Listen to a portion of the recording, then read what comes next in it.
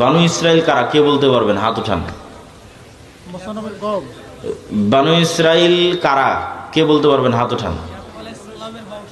ইয়াকুব আলাইহিস সালামের বংশধর। জাযাকাল্লাহ খায়র, সুন্দর। ইব্রাহিম আলাইহিস সালাতু ওয়াস সালামের দুই ছেলে ইসহাক এবং ইসমাইল। দুই ছেলের নাম কি? ইসহাক এবং ইসমাইল। ইসমাইল থাকলো এই যে মক্কা, যে মক্কা এখানে ইন্ডিকেট করেছিলাম, ইসমাইল থাকলো এখানে। আর ইসহাক হচ্ছে ওই যে ফিলিস্তিনের জেরুজালেম। তো ইসমাইলের বংশে নবী একজনই, তার নাম মুহাম্মদ সাল্লাল্লাহু আলাইহি ওয়াসাল্লাম। এর আগে আর কোনো নবী আসেনি ইসমাইলের বংশে, আর পরেও আর নাই। আর ইসহাকের বংশে অসংখ্য নবী। ইসহাকের ছেলে ইয়াকুব, ইয়াকুবের ছেলে ইউসুফ, ইউসুফের 300-400 বছর পর মুসা হারুন, মুসা হারুনের পর ইউশা বিন নুন, তারপর সুলাইমান, দাউদ, তারপরে ইয়াহইয়া, ঈসা, জাকারিয়া, অসংখ্য নবী। তো এই বানু ইসরাইল, এদের গোলামি এবং আমাদের গোলামি কাছাকাছি একই রকম। তো বানু ইসরাইলকে যেই পদ্ধতি দিয়ে ফেরাউন গোলাম বানিয়ে রাখতো, তার একটা বড় পদ্ধতি হচ্ছে সুদি কর্জ, সুদি লোন, যেটার মূল দায়িত্বশীল হর্তাকর্তা ছিল কারুন, ফেরাউনের অর্থমন্ত্রী কারুন। এই কারুন বানু ইসরাইলদেরকে সুদি লোন নিতে উদ্বুদ্ধ করত এবং সুদি লোন দিত, এবং সুদি লোনের জালে আটকে ফেলে পুরো একটা জাতিকে গোলাম বানিয়ে দিয়েছে বানু ইসরাইলদেরকে। সেম ওই পদ্ধতিতেই আজকের মুসলমানদেরকে সুদি লোনে জর্জরিত করে গোলাম বানানো হচ্ছে। আজকের মুসলমানদের গোলাম বানানোর দুইটা উপায়, একটা হচ্ছে গণতন্ত্র আর একটা হচ্ছে সুদ। কিন্তু মুসলমানেরা নিজেরাও জানে না যে এই দুই পদ্ধতির মাধ্যমে তারা কেমনে গোলাম আছে। জি, মহিলারাও এই দানে অংশগ্রহণ করবেন নিজ নিজ দায়িত্বে। তো সুদ এবং গণতন্ত্রের মাধ্যমে মুসলমানেরা কেমনে গোলাম আছে, এটা একটু বুঝার চেষ্টা করতে হবে, নাহলে খুব কঠিন হবে আমাদের মুক্তির রাস্তা। আল্লামা ইকবাল লিখছেন,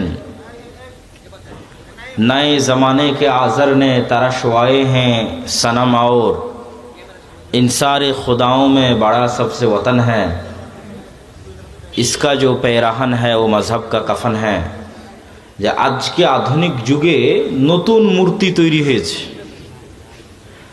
ওই যুগে ইব্রাহিমের পিতা আজর যে মূর্তি তৈরি করত সেই মূর্তি নয়।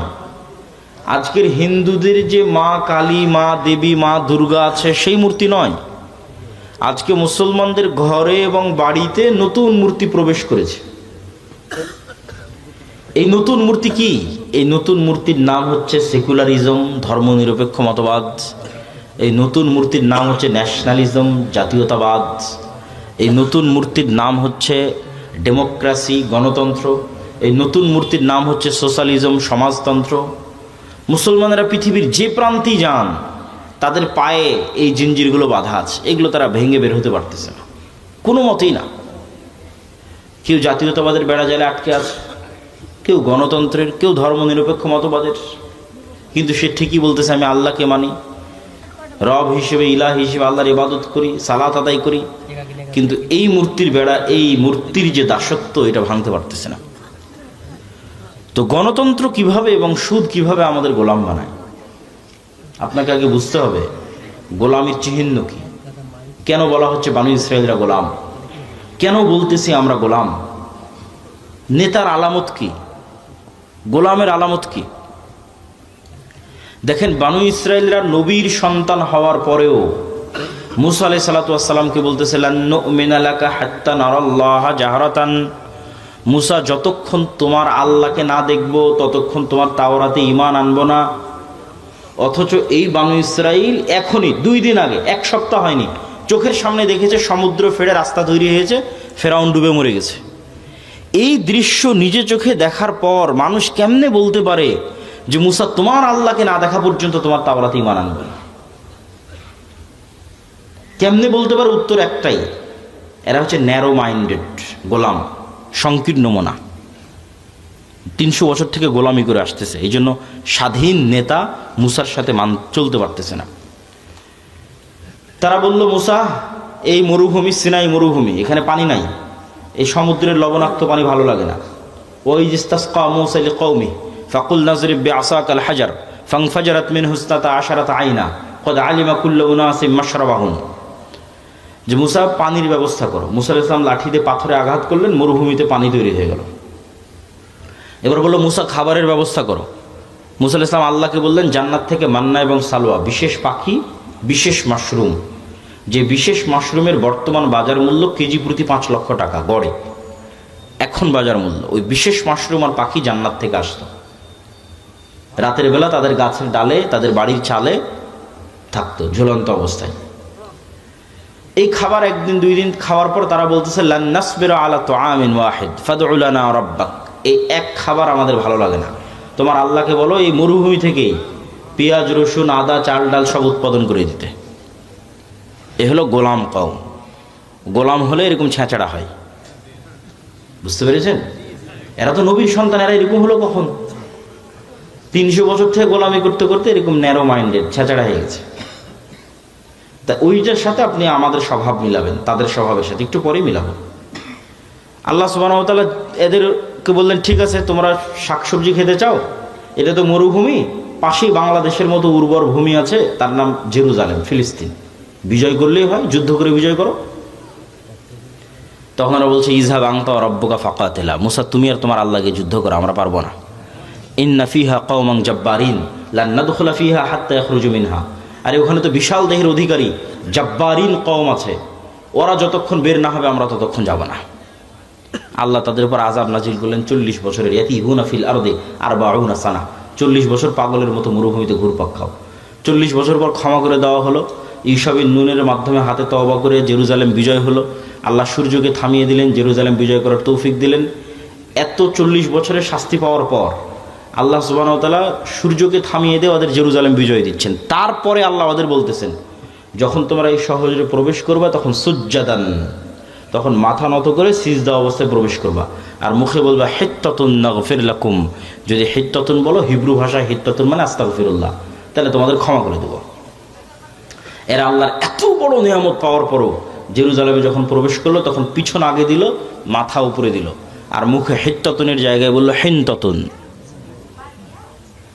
দাউদ এবং সুলাইমান আলাইহিস সালামের যুগে আল্লাহ বললেন দাউদের কোরআন তেলাওয়াত শোনার জন্য শনিবারের দিন সমুদ্র এবং নদীর মাছেরা একত্রিত হয়, তোমরা শনিবারের দিন এই মাছগুলোকে ধরিও না। তারা বলল ঠিক আছে, শনিবারের দিন ধরবো না, মাছগুলোকে আটকে রেখে দিল, রবিবারের দিন ধরলো। যে আল্লাহ আপনি তো শনিবারের দিন ধরতে মানা করেছেন, শনিবারের দিন তো ধরিনি, মাছ আটকে রেখে দিয়ে কী বারে ধরেছে? তাহলে 2 নম্বরই বুদ্ধিতে 1 নম্বর না 2 নম্বর? না বাংলাদেশিদের চেয়ে বেশি না কম? এইবার মিলাতে পারবেন যে আমি যে বলতেছি যে গোলাম আমি, আপনি কেমনে গোলাম হচ্ছি সেটা বুঝতে পারবেন যে 2 নম্বর বুদ্ধিতে আমরা বাংলাদেশের আছি না নাই? এই হলো বানু ইসরাইল। 2 নম্বরই বুদ্ধি, ছেঁচড়ামি, মিথ্যা, চুরি, দুর্নীতি, ধোঁকা, এই জিনিসগুলো যার মধ্যে আছে সে এমনি গোলাম। তাহলে এই জিনিসগুলো কোথায় থেকে তৈরি হয়? ওটাই তো গোলাম তৈরির কারখানা। এবার আশা করি বুঝতে পেরেছেন, এটা তৈরি হয় গণতন্ত্র থেকে আর সুদী অর্থনীতি থেকে। কেমনে হয় সেটাও বুঝিয়ে দিচ্ছি, তাহলে আপনি বুঝবেন গণতন্ত্র হচ্ছে গোলাম তৈরির কারখানা।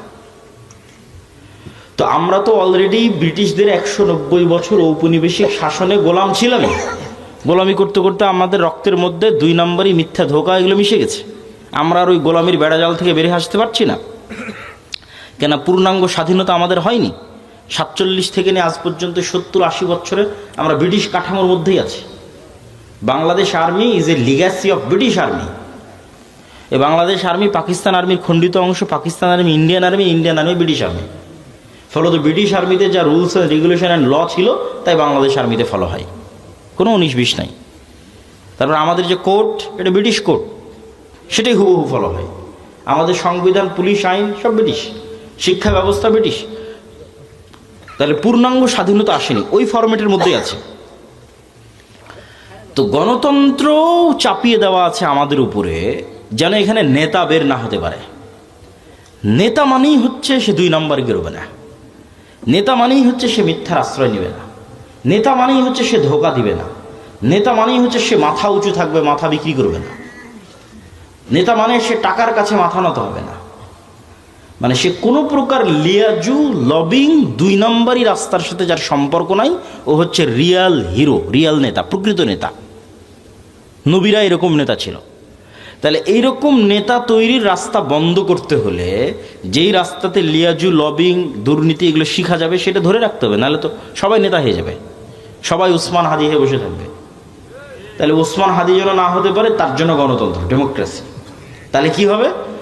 এক দল আর এক দলের বিরুদ্ধে তো বলবেই, একই আসনের মনোনয়ন প্রার্থী 6 জন 7 জন 10 জন, একজন আর একজনের চেয়ে মনোনয়নটা কে নিয়ে আসতে পারবে তার জন্য লিয়াজু লবিং, টাকা পয়সার লেনদেন, মিথ্যা, ধোঁকা, দুর্নীতি, দুর্নাম সব অবলম্বন করে তারপরে মনোনয়ন পেয়েছে।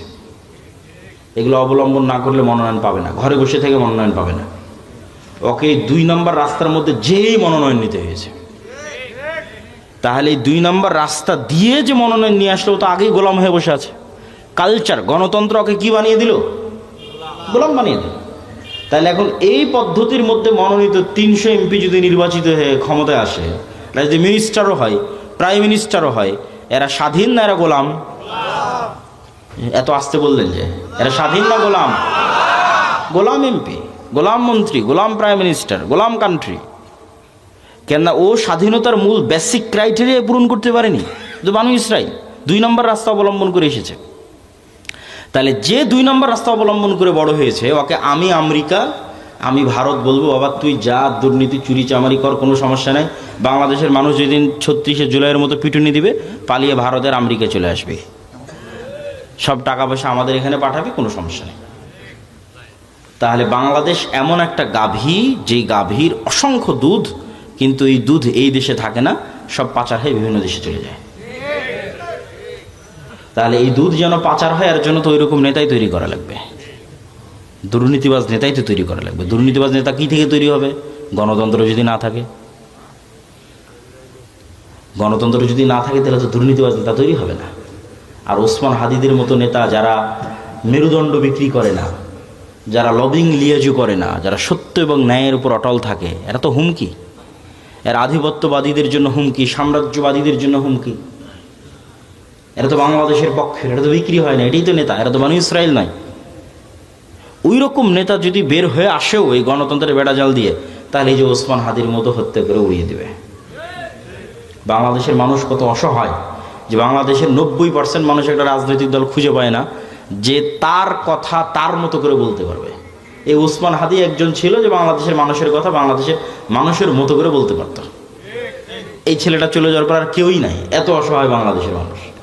কেন কেউই নাই? ওই যে সবাইকে যে সেটিং করতে হচ্ছে, সবাইকে যে লিয়াজু লবিং করে আসতে হচ্ছে, তাহলে সে কেমনে আপনার কথা বলতে পারবে? যদি বিক্রি হয়ে আসতেছে, লিয়াজু লবিং করে সেটা আপনার কথা বলতে পারবে না, গোলাম হয়ে আসতেছে।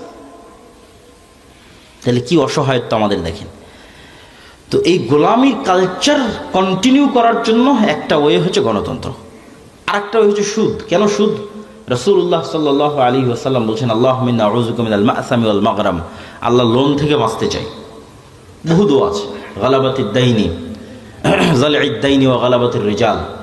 হে আল্লাহ, ঋণের বোঝা থেকে এবং মানুষের আধিপত্য থেকে বাঁচতে চাই। তো কেন আল্লাহর নবী এত ঋণের বোঝা এবং লোনের বোঝা থেকে বাঁচতে চাইতেন? সাহাবীরা রাসূলুল্লাহ সাল্লাল্লাহু আলাইহি ওয়াসাল্লামকে জিজ্ঞেস করলে উনি উত্তরে বললেন যে, যেই দিন থেকে মানুষ লোন নেওয়া শুরু করে, ওই দিন থেকে মানুষ মিথ্যা বলা শুরু করে।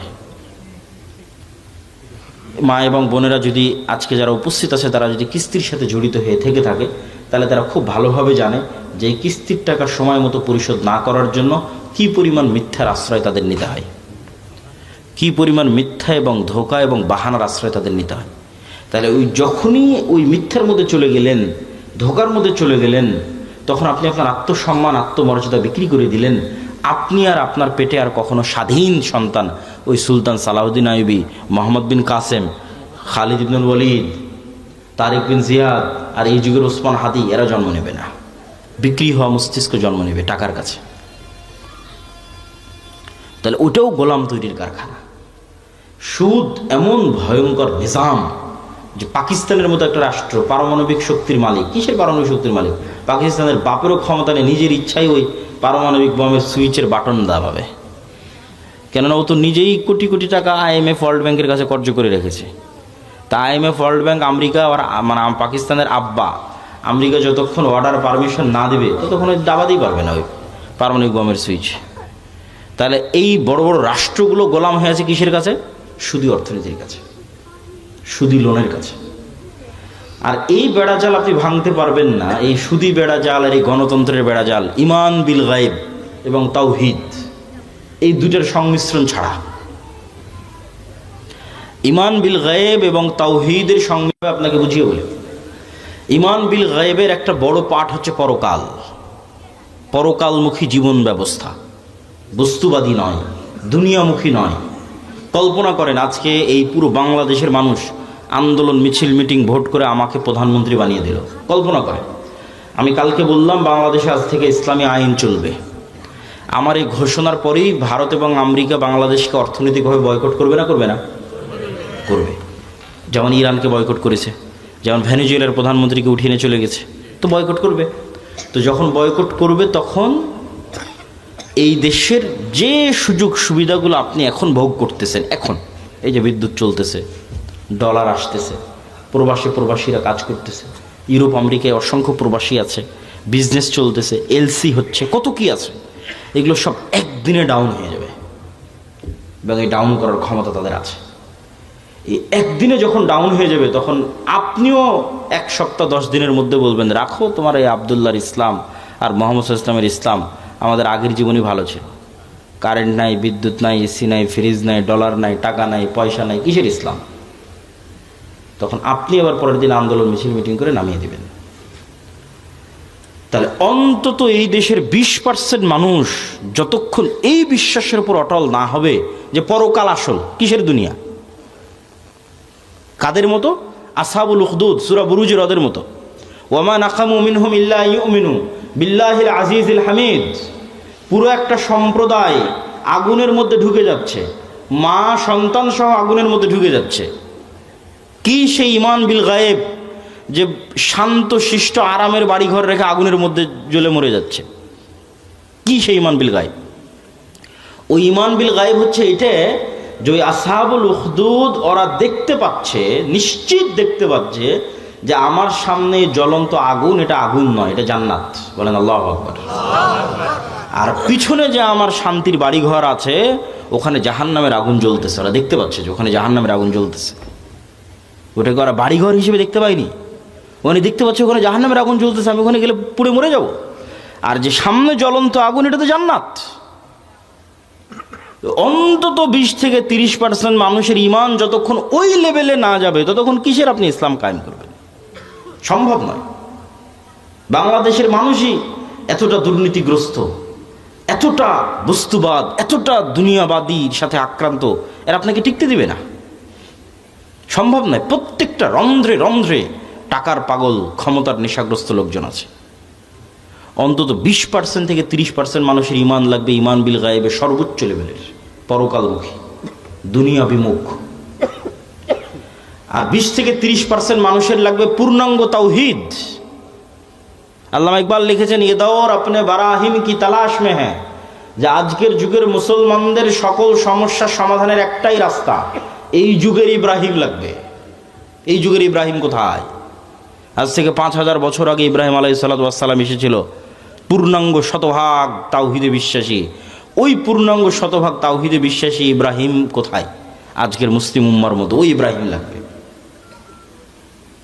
তাহলে মুসলমানদের মুক্তির যাত্রা শুরু হয়ে যাবে।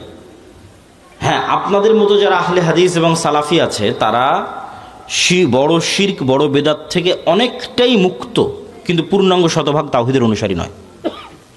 কিভাবে এটা আপনাকে বুঝিয়ে বলি যে কেমনে আপনি পূর্ণাঙ্গ শতভাগ তাওহীদের অনুসারী নন।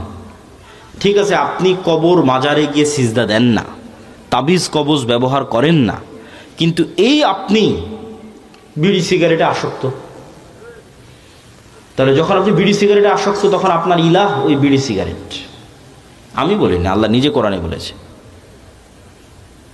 যে তার নফস ইলাহু হাওয়া, তার ইলাহ হচ্ছে তার নিজের অন্তরের কামনা। ঠিক আছে, আপনি কবরকে ইলাহ মানেননি, কিন্তু ইলাহ তো আপনার নিজের নফসকে বানিয়ে রেখেছে। ইলাহ তো কোনো অবৈধ প্রেমিকাকে বানিয়ে রেখেছে, ইলাহ তো টাকার নেশাকে বানিয়ে রেখেছে, ইলাহ তো ক্ষমতার নেশাকে বানিয়ে রেখেছে। ওই টাকার জন্য আপনি সব করতে পারেন, হালাল হারামের বাস বিচার নাই। ওই ক্ষমতার জন্য আপনি সব করতে পারেন, ওই নারীর জন্য সব করতে পারেন, মনের প্রবৃত্তি পূরণ করার জন্য সব করতে পারেন। তাহলে তো আপনি শতভাগ তাওহীদপন্থী নন। তাহলে তো আপনি ইব্রাহিম আলাইহিসসালাতু ওয়াসসালামের মতো হতে পারলেন না, যে ইব্রাহিম আলাইহিসসালাম এবং ইসমাঈল আলাইহিসসালাম আসলামা ওয়া তাল্লাহু লিল জাবিন, নিজের ইচ্ছার বিরুদ্ধে গিয়ে সন্তানকে জবাই করতেছে, আর সন্তান নিজের ইচ্ছার বিরুদ্ধে গিয়ে জবাই হওয়ার জন্য রাজি হয়ে যাচ্ছে। কেন? সিদ্ধান্তটা আল্লাহর। এটা হলো শতভাগ তাওহীদ, যে আল্লাহর সিদ্ধান্তের সামনে পরিপূর্ণ আত্মসমর্পণ। তাহলে শতভাগ তাওহীদপন্থী 20% থেকে 30% মানুষ, আর ঈমান বিল গায়েবে সর্বোচ্চ স্তরের 20 থেকে 30% মানুষ হওয়া ছাড়া পূর্ণাঙ্গ ইসলামী বিপ্লব সম্ভব নয়। এই দাওয়াত আজকে আমি দিচ্ছি না, এই দাওয়াত শাহ ইসমাইল শহীদ দিয়ে গেছে আজ থেকে 100-150 বছর আগে। ওনার একটাই দাওয়াত ছিল যে আমাদের পূর্ণাঙ্গ ইসলামী বিপ্লবের আগে মানুষকে শতভাগ পূর্ণাঙ্গ তাওহীদে বিশ্বাসী হতে হবে, নাহলে পূর্ণাঙ্গ ইসলামী বিপ্লব সম্ভব নয়। শতভাগ তাওহীদে বিশ্বাসী এবং ঈমান বিল গায়বে ইয়াকিন আছে এরকম 20 থেকে 30% মানুষ লাগবে পুরো বাংলাদেশের। তাহলে এর উপর ভিত্তি করে পূর্ণাঙ্গ ইসলামী বিপ্লব কায়েম হবে। পূর্ণাঙ্গ ইসলামী বিপ্লবের সকল ক্রাইটেরিয়া রেডি আছে, শুধু ওই রকমের যোগ্য মানুষ নাই। তারপরে কি লাগবে? তারপরে আরো দুটো জিনিস লাগবে। এক, আমি পূর্ণাঙ্গ তাওহীদপন্থী মানুষ, ঠিক আছে, আমি পূর্ণাঙ্গ ঈমান বিল গায়ব অর্জন করলাম, ঠিক আছে, কিন্তু নেতা হওয়ার জন্য আরো দুটো জিনিস লাগে। ওই দুটো জিনিস পূরণ না করতে পারলে নেতা হতে পারবেন না। একটা হচ্ছে আল্লাহ সুবহানাহু ওয়া তাআলা এই পৃথিবী যেই ফাংশনের উপর ডেভেলপ করেছে ওই ফাংশন আপনাকে ইউজ করতেই হবে। তো এই পৃথিবীতে নেতা হওয়ার ফাংশন হচ্ছে জ্ঞান এবং শিক্ষা, এটা আল্লাহই দিয়ে রেখেছে। এখন এই জ্ঞান এবং শিক্ষার বাটন যদি ইহুদি খ্রিস্টান চাপে তাও ওরা নেতা হয়ে যাবে। এই জ্ঞান শিক্ষার বাটন যদি হিন্দু ডোম চামার মেথর মুচির চাপে ওরা নেতা হয়ে যাবে। আল্লাহ কখনো তার রুলস ভাঙেন না। এখন এই নাটোর, এই এলাকার নাম কি?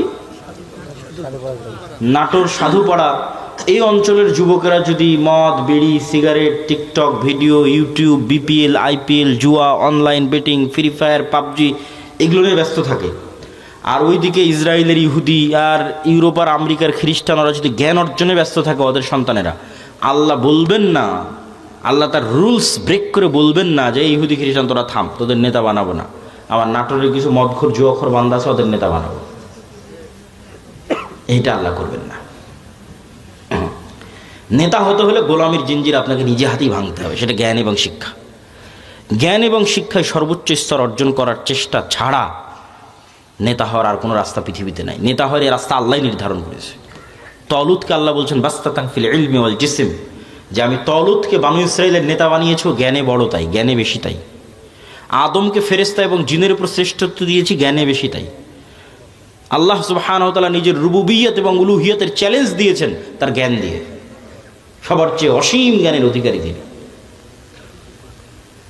তাহলে শক্তিশালী হওয়ার নেতা হওয়ার রাস্তা জ্ঞান, যে গ্রহণ করবে সে নেতা হবে, আল্লাহ বাধা দিবেন না। আর মুসলমান যদি গ্রহণ না করে কি করার বলেন? কিছুই করার নেই। তাহলে 3 নম্বর রাস্তা হচ্ছে জ্ঞান অর্জন করতে হবে। 4 নম্বর রাস্তা সত্যবাদিতা এবং ন্যায়পরায়ণতায় অটল থাকতে হবে, পাহাড়ের মতো। যেটাতে আলোচনা শুরু করেছি যে 2 নম্বরই ধোঁকাবাজি, এগুলো যে গণতন্ত্র এবং সুদ থেকে আসে, ওটার বিপরীতটাই হচ্ছে সত্যবাদিতা ন্যায়পরায়ণতায় অটল থাকা, ওসমান হাদিদের মতো। কিন্তু মুসলমানদেরকে আমরা ইসলামটা বুঝাতেই পারলাম না। বাংলাদেশের OC DC SP AC land sub registrar সচিবালয়ে কত সচিব বসে আছে, আমরা তো বাহির থেকে তো এসে আর আমাদের কেউ গোলাম করতেছে না, আমাদের লোকজনই তো গোলাম, বাংলাদেশের নাগরিকেরাই তো গোলাম, বাহির থেকে এসে কেউ গোলাম করতেছে না তো। এই সমস্ত পদে যারা বসে আছে এরা টাকার কাছে বিক্রি হয়ে যায়, অথচ এরা সালাত আদায় করে, এরা হজ করে, এরা ওমরা করে, এরা মসজিদ মাদ্রাসায় যে কমিটি বিশেষ অতিথি প্রধান অতিথি এরা সবাই আছে, কিন্তু নিজ চেয়ারে যখন বসতেছে তখন 2 নম্বরই করতেছে। তাহলে এরা কি মনে করেছে? এরা মনে করেছে ঠিক আছে আমি সচিবালয়ে বসে এসিল্যান্ড সাব রেজিস্ট্রার যা আছি সব হয়ে যত পারি 2 নম্বরই সুদ ঘুষ দিয়ে টাকা ইনকাম করব, আর নামাজ পড়ে হজ করে আর দান করে ওটাকে মাফ করে নেব। নাউজুবিল্লাহি মিন যালিক। তাহলে আমরা হুজুররা এটা বুঝাতে পারিনি, আলেম ওলামা বুঝাতে পারিনি ইসলাম কি। এটা তো মুনাফিকই, সে তো মুনাফিক, তার অন্তরে তো ঈমানই ঢোকেনি। তার সালাত কি, তার সিয়াম কি, তার হজ কি, সে তো মুনাফিক। রাসূলুল্লাহ সাল্লাল্লাহু আলাইহি ওয়াসাল্লামের স্পষ্ট হাদিস, ইযা তুমিনা খানা, তাকে যে আমানতের দায়িত্ব দেওয়া হয়েছে ওটার খিয়ানত করেছে মুনাফিক, ওর অন্তরে ঈমান ঢোকেনি। লা ঈমান লিমান লা আমানাতা লাহু। তাহলে মুনাফিকের হারাম টাকার, দুর্নীতির টাকার কিসের ইবাদত? বরং ওর উল্টাটা, ও যদি কোনো বড় ইবাদত নাও করে, কোটি কোটি টাকা দান নাও করে, তাহাজ্জুদের রাতের সালাত নাও আদায় করে, হজ নাও করে, শুধু ওর যে চেয়ারে বসে আছে ওসি, ডিসি, এসপি, মন্ত্রী, সচিব, এসিল্যান্ড, এই চেয়ারে চুল পরিমাণ অন্যায় না করে, তাহলে এদের হজের চেয়ে, এদের রাতের তাহাজ্জুদের সালাতের চেয়ে এবং অন্যদের কোটি কোটি টাকা দানের চেয়ে সে শ্রেষ্ঠতম নেকির অধিকারী হবে।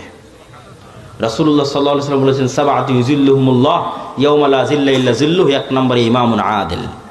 7 শ্রেণীর যারা বিশেষ আল্লাহর ছায়া পাবে, এখানে সবাই আছে, নামাজি আছে, দানবীর আছে, সবাই আছে, কিন্তু 1 নম্বরে জায়গা দেওয়া হয়েছে পদে বসে ন্যায়পরায়ণ যে। ও তো এমনি সবচেয়ে বড় নেকির কাজ, ওর জন্য তো এমনি জান্নাত।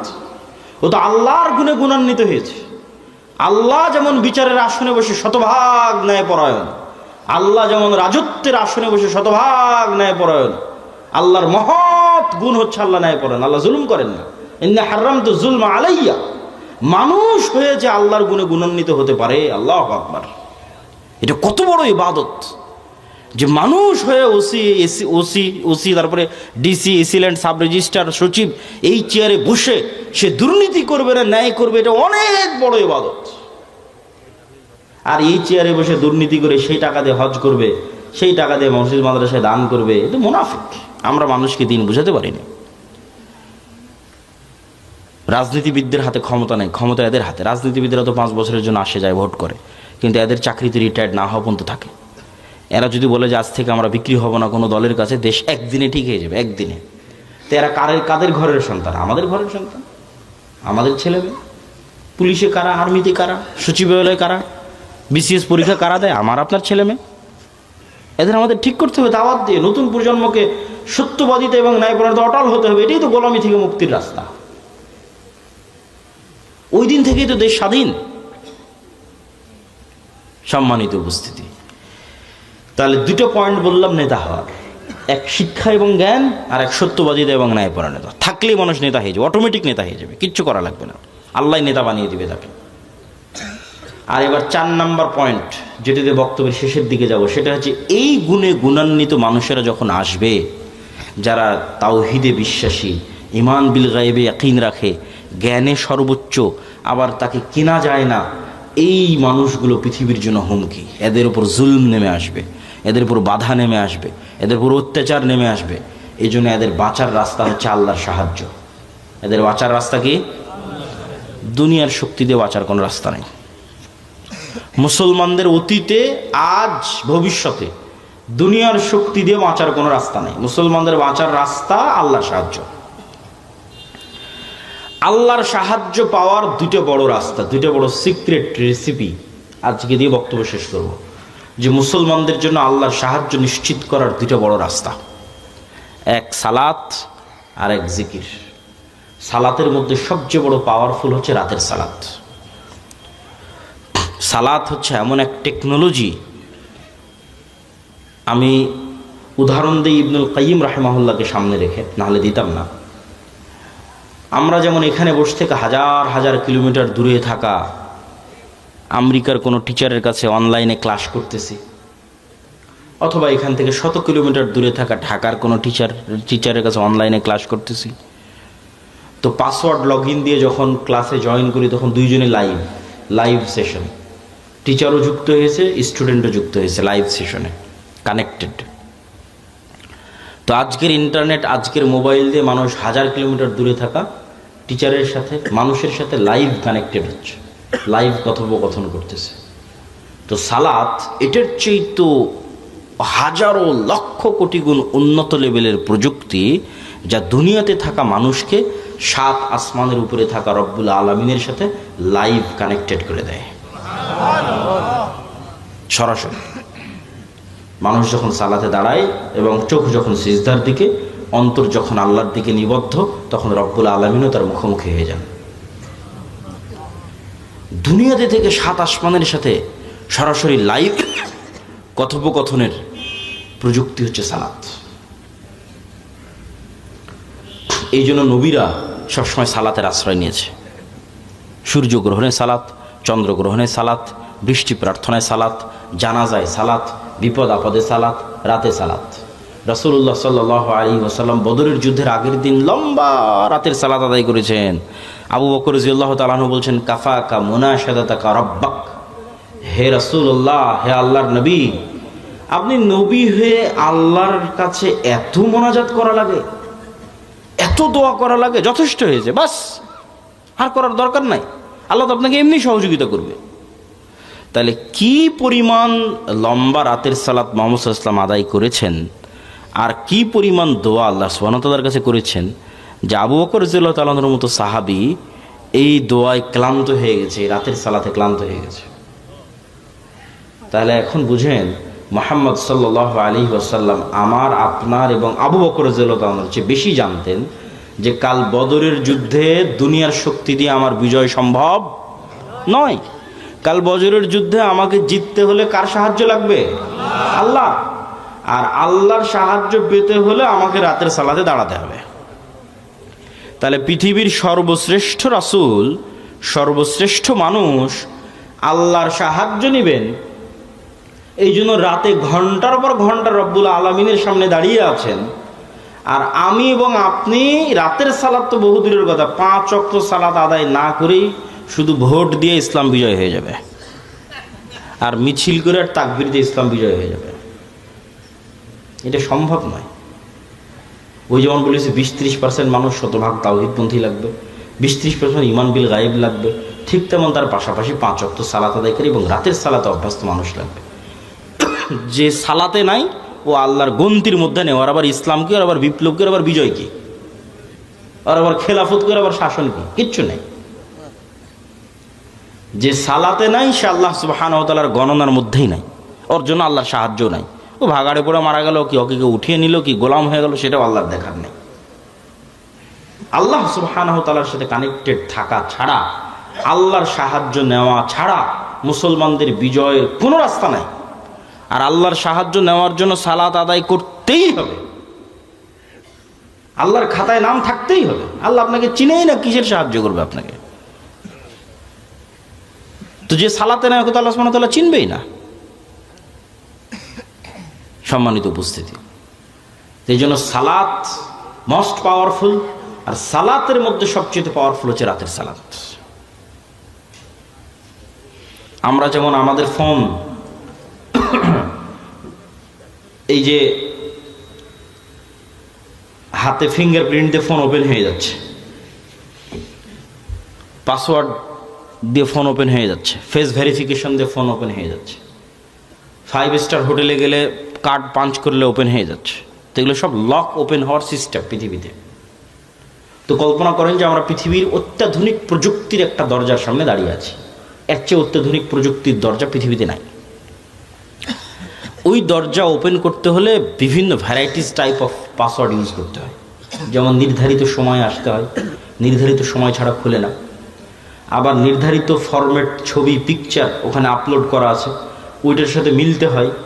আবার ওই প্রতিটা ফরম্যাটের সাথে নির্ধারিত সাউন্ড আছে, ওটাও মিলতে হয়। যেমন ধরেন আমি এই ফরম্যাটে দাঁড়ালাম, এটার সাথে একটা সাউন্ড আছে আলহামদুলিল্লাহ রাব্বিল আলামিন। রুকুর ফরম্যাটে দাঁড়ালাম, ওটার সাথে একটা সাউন্ড আছে সুবহান রাব্বিল আযীম। টাইম মিলতে হবে, ফরম্যাট মিলতে হবে, আওয়াজ মিলতে হবে, তারপরে ওই দরজাটা খুলবে, তার আগে দরজা খুলবে না। তো এইরকম সালাত এর চেয়েও টপ লেভেলের উন্নত প্রযুক্তি, যা রব্বুল আলামিনের সাহায্যের দরজা, রব্বুল আলামিনের সাথে যোগাযোগের দরজা উন্মুক্ত করে দেয় হচ্ছে সালাত। এই সালাত ছাড়া আমাদের বাঁচার কোনো রাস্তা নেই, সালাত ছাড়া আমাদের উদ্ধার হওয়ার কোনো রাস্তা নেই। 2 নম্বর হচ্ছে জিকির। জিকিরের মধ্যে সবচেয়ে গুরুত্বপূর্ণ হচ্ছে সকাল সন্ধ্যার জিকির। সকাল সন্ধ্যার জিকির দিয়ে আল্লাহ কোরআন পরিপূর্ণ করে রেখেছে, যদিও আমরা এটাকে খুবই অবহেলা করি। সকাল সন্ধ্যার জিকির। জিকির কেন পাওয়ারফুল? জিকির কেন পাওয়ারফুল এটা বুঝতে হলে আপনাকে বুঝতে হবে আওয়াজ কেন পাওয়ারফুল, সাউন্ড কেন পাওয়ারফুল। সাউন্ড কি আবার পাওয়ারফুল হতে পারে? আওয়াজ কি পাওয়ারফুল হতে পারে? শব্দ এবং বাক্য কি পাওয়ারফুল, শক্তিশালী হতে পারে? এটাই আগে বুঝতে হবে।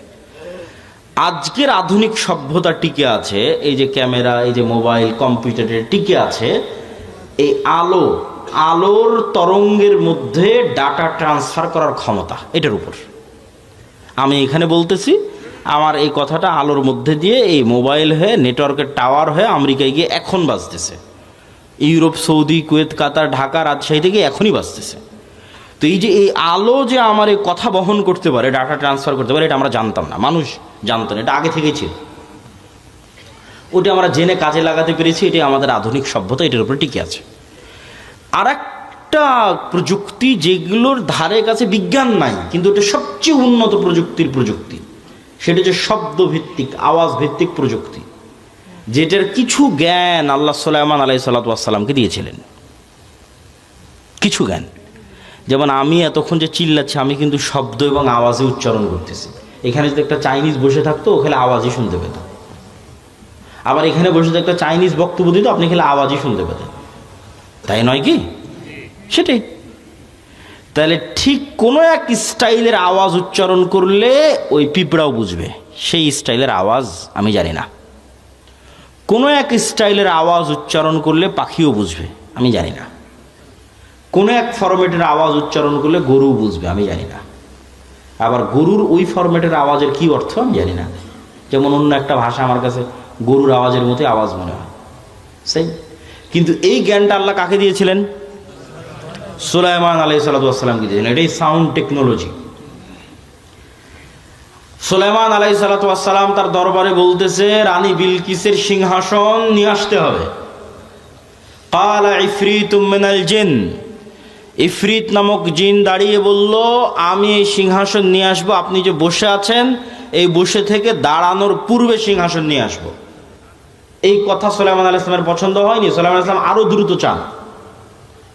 আল্লাযী ইনদাহু ইলমুম মিনাল কিতাব, তখন আরেকজন বলল, ওই আরেকজন জিন না মানুষ তা কোরআনে উল্লেখ নাই। কোরআনে এভাবে উল্লেখ আছে যে যাকে আল্লাহ কিতাবের জ্ঞান দিয়েছিলেন সে বলল। যাকে আল্লাহ কিসের জ্ঞান দিয়েছিলেন? কিতাবের জ্ঞান দিয়েছিলেন। সে বলল, চোখের পলক পড়ার পূর্বে রানী বিলকিসের সিংহাসন আপনার সামনে উপস্থিত হয়ে যাবে। আল্লাহু আকবার। তো আয়াতের বিবরণের আন্দাজে বলতেছে যে জিন চেয়েছিল গায়ের শক্তিতে আনতে, ইফরিত চেয়েছিল গায়ের জোরে যত দ্রুত আনা যায়, উড়ে যাব, উড়ে নিয়ে আসবো। আর আল্লাহ জি ইনদাহু ইলমুম মিনাল কিতাব, যার কাছে কিতাবের জ্ঞান ছিল, গায়ের জোরে আনেনি, এই জ্ঞানের জোরে এনেছে। আমি মনে হয় বুঝাতে পারলাম না কথা, কি আমার বুঝতে পারছেন? কোরআনের ধারা বিবরণীতে বোঝা যাচ্ছে যেই লোক চোখের পলকে নিয়ে আসলো, এই গায়ের জোরে আনেনি, কিসের জোরে এনেছে? জ্ঞানের জোরে। সে জ্ঞান কি? কিতাবের জ্ঞান। কিতাবের সে বিশেষ জ্ঞান কি? কিছু কিছু মুফাসসির লিখেছে যে কিতাবের জ্ঞান হচ্ছে লাউহে মাহফুজের বিশেষ কিছু জিকির তার জানা ছিল। বলেন আল্লাহু আকবার। আল্লাহু আলাম। কিন্তু জ্ঞানের উপর ভিত্তি করে সেই কাজটা করেছে।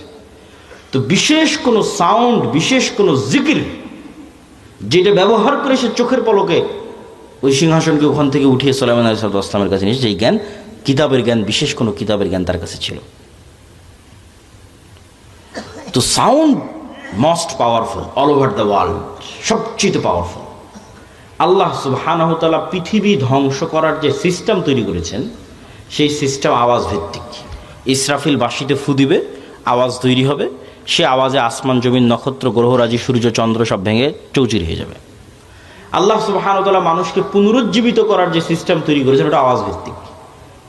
ফেরেশতা, জিন, মানুষ সব যখন মারা যাবে, কতদিন এভাবে মৃত অবস্থায় থাকবে আল্লাহ ভালো জানে। কুল্লুমান আলাইহা ফান ওয়া ইয়াবকা ওয়াজহু রাব্বিকা যুল জালালি ওয়াল ইকরাম। তারপরে যখন আল্লাহ জীবিত করতে চাইবে, ইসরাফিলকে তৈরি করে ইসরাফিলকে বাঁশি দিয়ে ফু দিতে বলবে, আর আওয়াজে মানুষ কবর থেকে জীবিত হয়ে হাঁটতে থাকবে। আওয়াজ খুবই পাওয়ারফুল। কিন্তু ওই আওয়াজের জ্ঞান থাকতে হবে যে কোন আওয়াজ পাওয়ারফুল, কোন শব্দ পাওয়ারফুল। তো আল্লাহ সুবহানাহু ওয়া তাআলা উম্মতে মুহাম্মাদিকে সবচেয়ে বড় পাওয়ারফুল জিনিস দিয়ে দিয়েছে, ওই যেটা মুসা আলাইহিস সালামের লাঠির চেয়ে পাওয়ারফুল, যেটা মুসা আলাইহিস সালামের পাথরের চেয়ে পাওয়ারফুল, যেটা বানু ইসরাইলের তাবুত কোরআনে আছে দেখবেন। এই তাবুত এখন এই ইহুদিরা খুঁজে পাগলের মতো, কোথায় সেই তাবুত? এরা মনে করে যে এই মসজিদে আকসার মাটির নিচে তাবুত রাখা আছে। ওই তাবুত একটা বাক্স, যেই বাক্সে মুসা আলাইহিস সালামের লাঠি ছিল, যেই বাক্সে মুসা আলাইহিস সালামের ওই পাথর ছিল, যে পাথর থেকে 12টা ঝর্ণা তৈরি হয়েছিল, ঠিক আছে, মুসা আলাইহিস সালামের কাপড় চোপড় ছিল, এরকম আরও কিছু মুজিজা সম্বলিত জিনিস বিভিন্ন নবী রাসূলের এই তাবুত নামক বাক্সের মধ্যে ছিল। যে যুদ্ধে ওরা এই তাবুত বাক্স নিয়ে যেত, ওই যুদ্ধে ওদের বিজয় হয়ে যেত। ওই বাক্স ওরা হারিয়ে ফেলেছে, ওই বাক্স ওরা এখনও খুঁজতেছে। তো ওই তাবুত বাক্সের চেয়ে আর ওই মুসা আলাইহিস সালামের লাঠির চেয়ে আর ঈসা আলাইহিস সালামের হাতের মাধ্যমে যে মানুষ জীবিত হয়ে যেত, সেটার চেয়ে মোস্ট পাওয়ারফুল জিনিস হচ্ছে এইটা। কি জন্য? এটা সরাসরি আল্লাহর নিজের আওয়াজ। বলেন আল্লাহু আকবার। কোরআন সরাসরি আল্লাহ সুবহানাহু ওয়া তাআলার নিজের সাউন্ড, আল্লাহর শব্দ, আল্লাহর বাক্য, যা জিব্রাইল হয়ে মুহাম্মদ সাল্লাল্লাহু আলাইহি ওয়াসাল্লাম হয়ে আমাদের পর্যন্ত পৌঁছেছে। আল্লাহু আকবার। আর আল্লাহ সুবহানাহু ওয়া তাআলার শব্দ এবং বাক্যের চেয়ে পাওয়ারফুল কিছু নাই পৃথিবীতে। সব অসম্ভব সম্ভব হয়ে যাবে। এই জন্য শ্রেষ্ঠতম জিকির হচ্ছে কোরআন। পৃথিবীর সব অসম্ভব সম্ভব করা সম্ভব আল্লাহ সুবহানাহু ওয়া তাআলার জিকির দিয়ে। সম্মানিত উপস্থিতি, বক্তব্যের শেষের দিকে চলে এসেছে। আজকে যা আলোচনা আপনাদের সামনে করতেছি, এই প্রায় সব আলোচনাই আমার আল্লাহর পথে যাত্রা এই বইয়ের মধ্যে লেখা আছে, দলিল সহ। আজকে তো অত দলিল আলোচনা করতে পারলাম না। এই বইটা প্রত্যেকটা মসজিদ, স্কুল, কলেজ, ইউনিভার্সিটি, লাইব্রেরি, দাওয়া সেন্টারে রেখে সপ্তাহে অন্তত একদিন 1 পৃষ্ঠা 2 পৃষ্ঠা করে পাঠ চক্র করা উচিত, পড়া উচিত, দার্স দেওয়া উচিত। এর সাথে কোনো দল মত কোনো কিছু সম্পর্ক নেই। সব মুসলমানের জন্য, জানার জন্য, জ্ঞান অর্জনের জন্য, ঈমান বিল গায়ব এবং তাওহীদে ইয়াকিন তৈরি করার জন্য, এবং মুসলমানদের গোলামি থেকে আজাদির জন্য কি দরকার তা জানার জন্য প্রত্যেক মসজিদ, প্রত্যেক মাদ্রাসা, স্কুল, কলেজ, ইউনিভার্সিটি, দাওয়া সেন্টার, লাইব্রেরি তে রেখে অন্তত প্রতি সপ্তাহে 1-2 পৃষ্ঠা করে পড়া উচিত।